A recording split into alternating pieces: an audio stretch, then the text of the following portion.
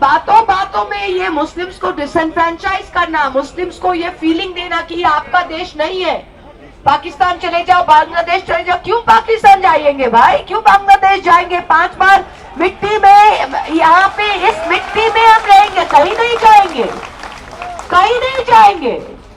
उनको जाना है वो जाए, हम कहीं नहीं जाएंगे। कि ये जब ये आप सब समझ गए हैं, देश के जितने मुसलमान हैं वो तो समझ गए हैं, और देश में जो नॉन मुसलमान हैं, सब नॉन मुसलमान ये नहीं चाहते कि मुसलमान को कुचल के रहे। नॉन मुसलमान के ज्यादातर लोग ये चाहते हैं कि हम एक हार्मोनियस सेक्युलर देश में रहे, और उन लोग में भी ये अभी जो सेंस है वो आ गया है कि ये बिल सिर्फ मुस्लिम्स को डिसएनफ्रेंचाइज करने के लिए है। जो वक्फ प्रॉपर्टीज है, ये मुस्लिम्स को उनके कम्युनिटीज के थ्रू में, उनके प्रेयर्स के, उनके मस्जिद, उनके एरियाज, उनके halls, Muslims have given for the community, and this is something, this is sacred in law and has to be protected. इस बिल क्या कर रहा है? The main thing is, इस bill is drawing a line कि आज से, जब से ये बिल अमेंडमेंट पास हो जाएगा, अब से कोई वक्फ प्रॉपर्टी नहीं रहेगा। हर वक्फ प्रॉपर्टी को नई तरह से फिर जाके कोई भी डीएम, कोई भी डीसी उसको कुछ बना सकता है। तो ये जमीन, मुसलमानों का जमीन हड़पने का एक प्लॉय के अलावा और कुछ नहीं है। ये साफ सुथरा कहना चाहिए, ये साफ सुथरा बोलना चाहिए। कुल्ला बोलते हैं और क्या समझते, और ये सिर्फ, मैं तो कहती हूँ, ये सिर्फ मुसलमान का ड्यूटी नहीं है कि इसके खिलाफ खड़े होने का। हर right thinking person in this country has to stand up. Every right thinking country is to stand up. ये जर्मनी में ऐसे ही शुरू हुआ था। जब रोमनीज के लिए आए थे तो बोले मैं रोमनी नहीं हूँ, मैं चुप हूँ। जब पोल्स के लिए आए थे तो मैं पोलिश नहीं हूँ, मैं चुप हूँ। जब चेक के लिए आए थे तो मैं चेक हूँ, तो मैं चुप हूँ। कल आपके लिए आएंगे, कल मेरे लिए आएंगे, फिर क्या होगा? फिर क्या होगा? ये तो लोगों को समझना चाहिए ना। This Waqf bill is an extremely dangerous bill. ये bill in its present form, ये बुलडोज करके ला तो सकते हैं, पर लाने के बाद जब ये पार्लियामेंट में आएगा, हम सब सारे पार्टीज इसका बहुत सख्त विरोध करेंगे। अस्सलामुअलैकुम, आपके बीच आकर मुझे बहुत खुशी हुई। मैं ज़्यादा बात नहीं रखूंगी, पर मैं तृणमूल कांग्रेस की तरफ से यहाँ पे आई हूँ, और हमारी लीडर ममता बनर्जी, आप सबको पता है, वो पहले दिन से ये वक्फ बिल, ये वक्फ अमेंडमेंट के खिलाफ हमारे सारे ताकत लेके इस बिल को हम अपोज कर रहे हैं। जो हमारे सिलेक्ट कमेटी में गया है, वहाँ पे हमारे जो नदीमुल हक और कल्याण बनर्जी जो हमारे तरफ से रिप्रेजेंट कर रहे हैं, उन्होंने बहुत हार्ड लाइन लेके, बहुत टफ टॉकिंग करके इनकी अपोजिशन किया है।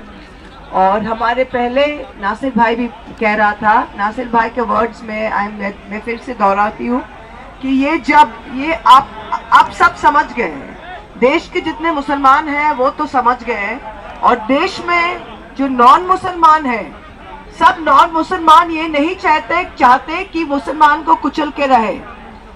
नॉन मुसलमान के ज्यादातर लोग ये चाहते हैं कि हम एक हार्मोनियस सेक्युलर देश में रहे, और उन लोग में भी ये अभी जो सेंस है वो आ गया है कि ये बिल सिर्फ मुस्लिम्स को डिसएनफ्रेंचाइज करने के लिए है। जो वक्फ प्रॉपर्टीज है, ये मुस्लिम्स को उनके कम्युनिटीज के थ्रू में, उनके प्रेयर्स के, उनके मस्जिद, उनके एरियाज, उनके halls, Muslims have given for the community, and this is something, this is sacred in law and has to be protected.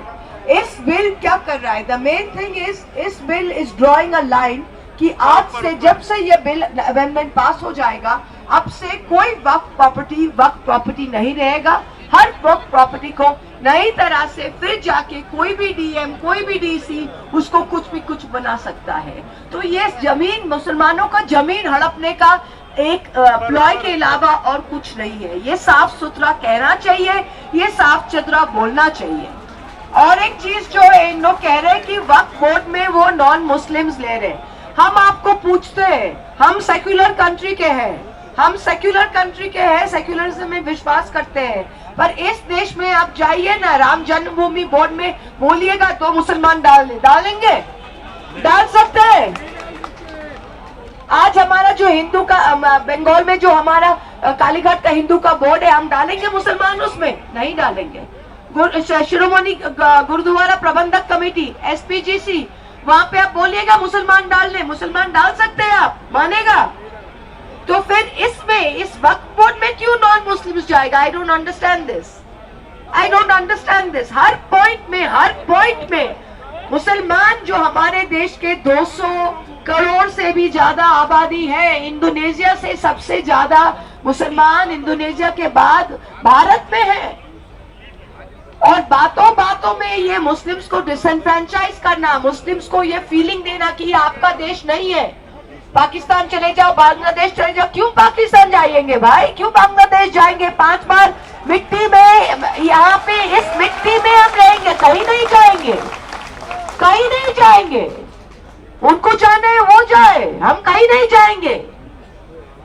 और वो चाहते ही है कि मुस्लिम्स को इतना डिसएनफ्रेंचाइज करे, इतना एक घर करे, इतना गेटवाइज करे कि एक इलाके में सब मुस्लिम्स है, कई मुस्लिम्स को घर के टेनेंसी ना मिले, एक इलाके में एक बिल्डिंग में मुस्लिम को घर के इलाके ये नहीं मिले, मुस्लिम को जॉब नहीं मिले। जिस प्रोफेशन में मुस्लिम्स काम करते थे, धीरे धीरे उस प्रोफेशन में उन लोग ने हस्तक्षेप लेकर लिया है। अभी आप देखिए ड्यूरिंग होली, आप देखे थे, होली में कह रहा है कि कोई मुस्लिम घर के बाहर मत जाएगा। तो यूपी के वर्दी पहना हुआ पुलिस ऑफिसर कोई कह सकता है कि कोई मुसलमान बाहर नहीं जा सकता है होली के दिन? हाँ, आप कोई पूजा के दिन, आप कोई ईद के दिन किसी हिंदू को बोल सकता है कि आप बाहर मत जाइए? हो सकता है क्या? तो ये जो रेटरिक है, ये डिवाइड एंड रूल, ये बीजेपी समझ गया है कि जितना डिवाइड एंड रूल करो वो 60% हिंदूज जो है उसको एकदम एक साइड करके उनका 50% वोट से हमको जीतना है। यही उनका, there is no more fig leaf anymore. मेरा हिंदी इतना अच्छा नहीं है, पर I hope you understand what I am saying. पर अभी कोई आंखों की जो शर्म है वो भी नहीं है। जो चीज 30 साल पहले ये छुप के कमरों में बोलते थे, आजकल माइक लगा के कैंपेन में खुल्ला बोलते हैं, खुल्ला बोलते हैं। और क्या समझते? और ये सिर्फ, मैं तो कहती हूँ, ये सिर्फ मुसलमान का ड्यूटी नहीं है कि इसके खिलाफ खड़े होने का। हर right thinking person in this country has to stand up. Every right thinking country has to stand up. ये जर्मनी में ऐसे ही शुरू हुआ था। जब रोमनीज के लिए आए थे तो बोले मैं रोमनी नहीं हूँ, मैं चुप हूँ। जब पोल्स के लिए आए थे तो मैं पोलिश नहीं हूँ, मैं चुप हूँ। जब चेक के लिए आए थे तो मैं चेक हूँ, तो मैं चुप हूँ। कल आपके लिए आएंगे, कल मेरे लिए आएंगे, फिर क्या होगा? ये तो लोगों को समझना चाहिए ना। This Waqf bill is an extremely dangerous bill. ये bill in its present form ये बुलडोज करके ला तो सकते हैं, पर लाने के बाद जब ये पार्लियामेंट में आएगा, हम सब सारे पार्टीज इसका बहुत सख्त विरोध करेंगे। And we will never allow the implementation of this, we will never allow the disenfranchisement of this. हम लोग क्या देखते नहीं है, हर इलेक्शन में, बाई इलेक्शन में रामपुर कैसे जीत गए भाई? कैसे जीत गए रामपुर? मुसलमानों के घर से बाहर नहीं आने दिया वोट में। सांबल में क्या करते, जो ये करो वो करो, वोट नहीं करने देते। हमारे जैसे अभी डबल एपिक कार्ड मिल रहा है, कहाँ पे मिल रहा है डबल एपिक कार्ड? मुर्शिदाबाद में, दिनाजपुर में। नाम किसका मिल रहा है? मोहम्मद खान। नाम किसका मिल रहा है? मुर्तजा आलम। तो मतलब क्या, इनको ही डिसएनफ्रेंचाइज करना है? ये सारे बूथ्स को वो नोट करके डिसएनफ्रेंचाइज कर रहा है। This is a very very big Machiavellian programme.